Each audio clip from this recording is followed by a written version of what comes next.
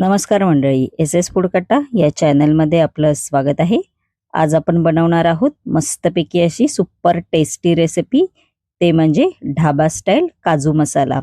सध्या बाजारामध्ये ओले काजू तर खूपच आलेले आहेत. चला तर आज आपण मस्तपैकी अशी ओल्या काजूंची ढाबा स्टाईल काजू मसाला ही रेसिपी पाहणार आहोत. व्हिडिओ शेवटपर्यंत नक्की पहा. चला तर जराही वेळ न घालवता रेसिपीला सुरुवात करूया. आपण आता एक हिरवं वाटण तयार करून घ्यायचं आहे. त्यासाठी इकडे मी मिक्सरचं जार घेतलेलं आहे. मिक्सरच्या जारमध्ये 3 ते 4 लसूण पाकळ्या आणि अर्धा इंच आलं घालायचं आहे.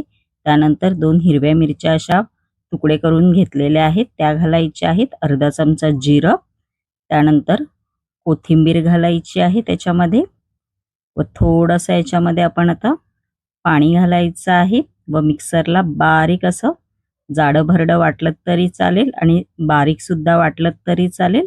बघू शकता असंही वाटून घ्यायची आहे. आपली हिरवी पेस्ट तयार झालेली आहे.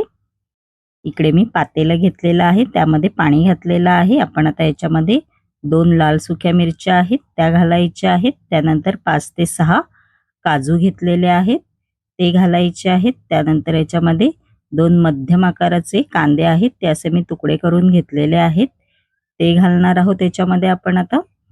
व चांगलं शिजवून घ्यायचं आहे. चांगली उकळी काढून घ्यायची आहे. हाय फ्लेमवरती 5 ते 6 मिनिटं लागतात शिजण्यासाठी. बघू शकता कांदा थोडासा ट्रान्सफर झाला की समजायचं आपलं मिश्रण शिजलेलं आहे. आपण आता हे थंड होण्यासाठी ठेवून द्यायचं आहे व मिक्सरला बारीक पेस्ट करून घ्यायची आहे. इकडे मी ओले काजू घेतलेले आहेत, बघू शकता तुम्ही. इकडे मी कढई घेतलेली आहे. कढईमध्ये आपण आता तेल घालायचं आहे व आपण आता हे ओले काजू आहेत ते या तेलामध्ये तळून घेणार आहोत 5 ते 6 मिनिटं हाय फ्लेमवरती. बघू शकता असे घालायचे आहेत व चांगलं असं परतत राहायचं आहे, नाहीतर ते कढईला चिकटून जातील.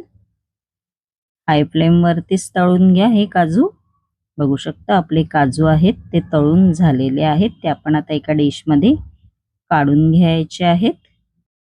आपण आता त्याच कढईमध्ये परत थोडंसं 1 चमचा तेल घालायचं आहे. त्यानंतर याच्यामध्ये तेजपत्ता घालायचा आहे व इकडे मी 2 असे कांदे घेतलेले आहेत बारीक चिरून, ते घालायचे आहेत.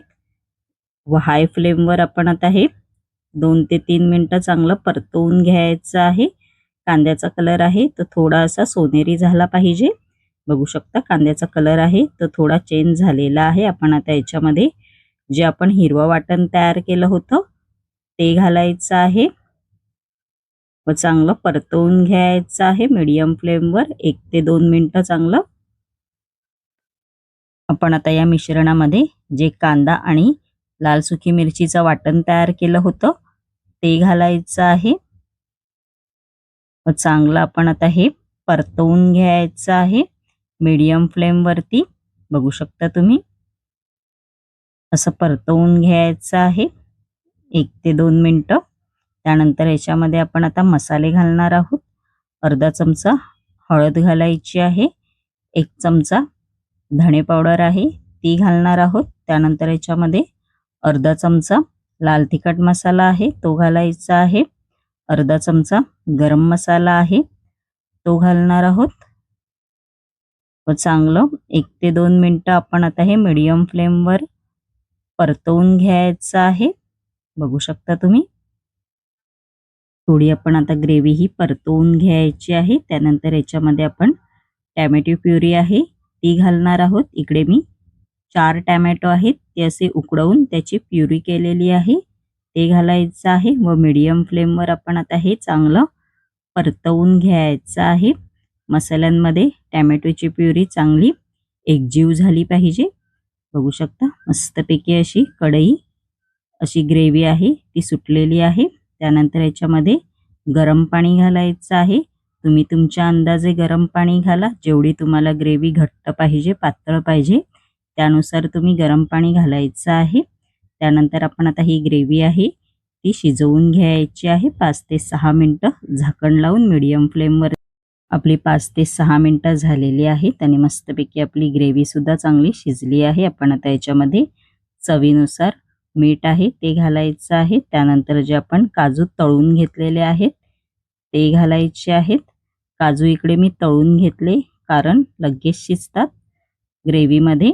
तळून घेतलात की काजू असं परतवून घ्यायचं आहे व आपण आता परत 2 ते 3 मिनिटं मीडियम फ्लेमवर हे शिजून घेणार आहोत. आपली 2 ते 3 मिनिटं झालेली आहेत. आपण आता झाकण उघडून बघूया आणि मस्तपैकी आपली भाजी पण तयार आहे. आपण आता याच्यामध्ये बटर घालायचं आहे. बटर शिवाय ही काजू मसाला भाजी अपूर्ण आहे. बटरने तर इतकी भारी चव येते ना. असं परतवून घ्यायचं आहे आणि मस्तपैकी आपली ढाबा स्टाईल काजू मसाला भाजी बघू शकता तुम्ही तयार झालेली आहे. तुम्ही ही भाजी मस्तपैकी नान, रोटी, चपाती किंवा भाताबरोबर पण खाऊ शकता. खूप छान लागते.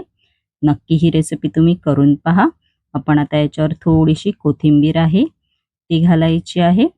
तुमच्याकडे जर ओले काजू नसतील तर तुम्ही जे रेग्युलरवाले काजू आहेत ते थोडे गरम पाण्यामध्ये 1-1.5 तास भिजायचे ठेवायचे. त्याशी पण तुम्ही अशीच भाजी करू शकता. सेम अशाच पद्धतीने बघू शकता मस्तपैकी आपली भाजी तयार झालेली आहे, काजू मसाला भाजी.